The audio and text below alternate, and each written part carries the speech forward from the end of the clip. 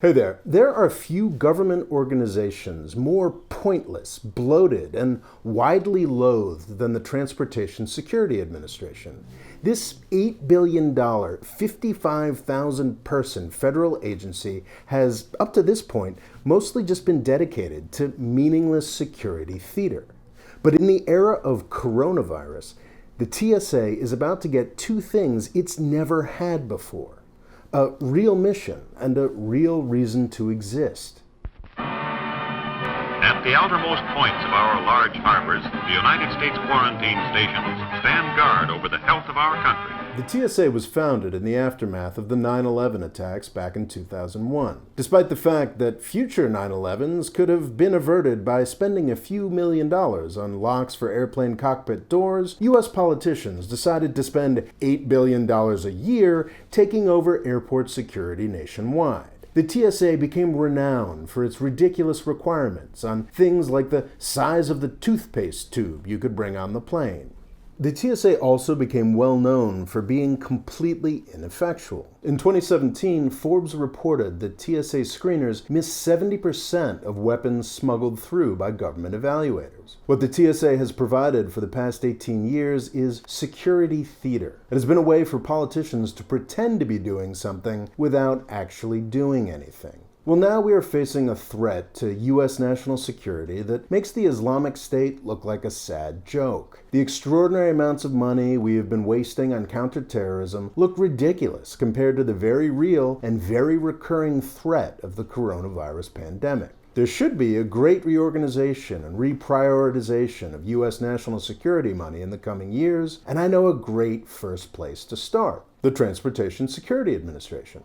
In the United States, it looks like we are finally just beginning to see the benefits of social distancing as the curve begins to bend in certain jurisdictions.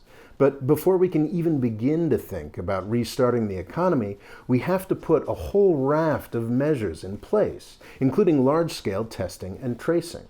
One of the most important things we can do is make sure that sick people don't get on airplanes.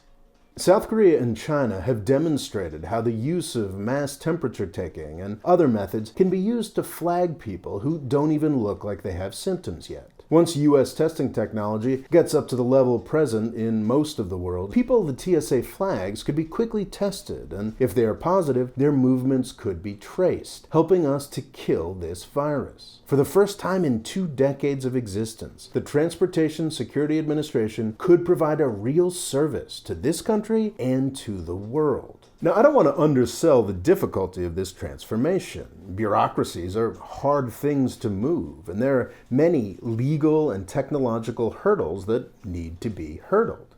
But what the TSA has is a large federal workforce based in the right places to do something useful that is not currently doing anything useful. What's more, with the near-complete shutdown of national and international travel, there's no reason that these changes and new procedures can't be rolled out and tested right now. One of the most important steps would probably be moving the TSA from the Department of Homeland Security to the Department of Health and Human Services. HHS is where our most valuable tools against pandemic disease, like the CDC and Dr. Fauci's NIAID, are located. Serious response to the pandemic threat will require a serious burst in funding and staffing for these medical organizations. Placing the TSA's strategically located manpower bureaucratically closer to these medical organizations just makes sense. Also, the Department of Homeland Security should probably be broken up after its complete failure to ward off the largest threat to the homeland since the War of 1812, but that's a different video. For now, we have to focus on getting out of the mess we are in, and for the first time in its existence, I believe the TSA could be very helpful. Its leaders should be focused on this opportunity to help.